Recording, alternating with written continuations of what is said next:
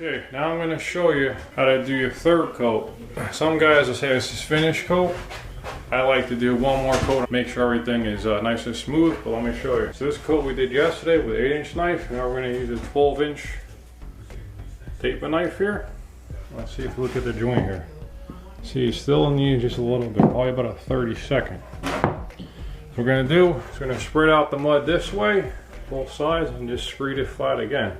Then once that dries, what I like to do is take the 8-inch knife and then come about that way, then that way, spread it out wide, and just pull it tight and get it nice and finished off. I'll show you how we do that step too, but I'm going to show you this one first, the third coat of mud here.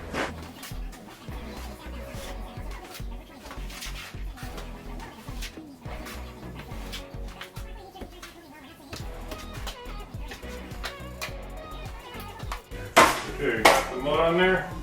I'm going to feather edges like I was showing you yesterday. Now we're going to pull the edges tight, and all I'm going to do is push on the side that I want to pull tight. So I'm going to do the top first. I'm going to pull here. Pull a little bit of mud. See how it gets it nice and tight.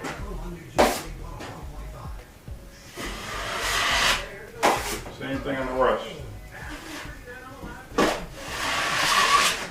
You want to make sure you're tight on the edges, otherwise you're going to be sanding like hell, and no one likes to sand.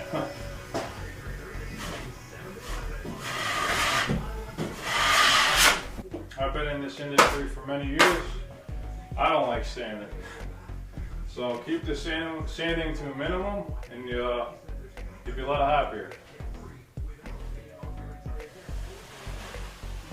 What I'm going to do is just pull it down the center. The box there, so we're going to kind of fold over it. Pull it one more time. That's it, really. It don't gotta be perfect. That's the third coat, the felt. Shake it with our knife and we're good. Show you what I mean here. Show you what I mean. So I filled it, you could tell. Put my knife there, everything is touching, it's flat. Always want to take your knife and scrape it, make sure there's no bumps there. What's going to happen as you start floating your knife here, you hit a bump, it's going to bring it out and you have a lot more to sand on your finish there.